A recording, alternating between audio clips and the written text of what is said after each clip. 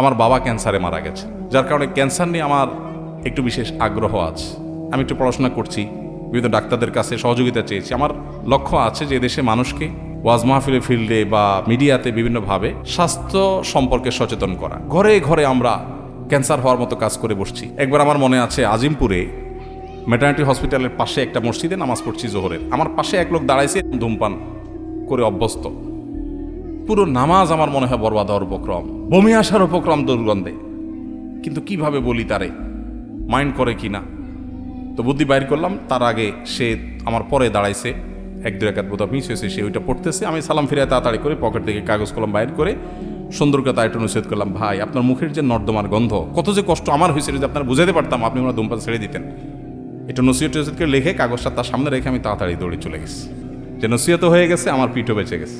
অনেক লোক এটা যে অপরাধ এটা জানেই না। সিগারেট খেয়ে ধোঁয়া টানতে টানতে বলে, ভাই জানেন না, আমার এই জীবনে কোনোদিন কারোর ক্ষতি করিনি।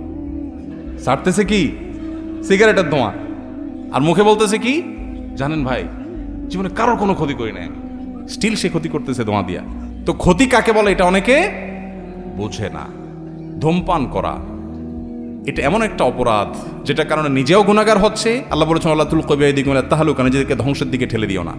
যত ক্যান্সার হয় ঘরে ঘরে এখন বাংলাদেশে ক্যান্সার, এই ক্যান্সারের সবচেয়ে বেশি বড় কারণ হলো এই ধূমপান। এখান থেকে ক্যান্সার, তামাক থেকে ক্যান্সার সবচাইতে বেশি হয়।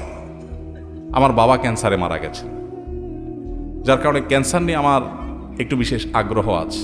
আমি একটু পড়াশোনা করছি, বিভিন্ন ডাক্তারদের কাছে সহযোগিতা চেয়েছি। আমার লক্ষ্য আছে যে দেশে মানুষকে ওয়াজ মাহফিলের ফিল্ডে বা মিডিয়াতে বিভিন্নভাবে স্বাস্থ্য সম্পর্কে সচেতন করা। ঘরে ঘরে আমরা ক্যান্সার হওয়ার মতো কাজ করে বসছি, এর ভিতরে ধূমপান সবচেয়ে বড়।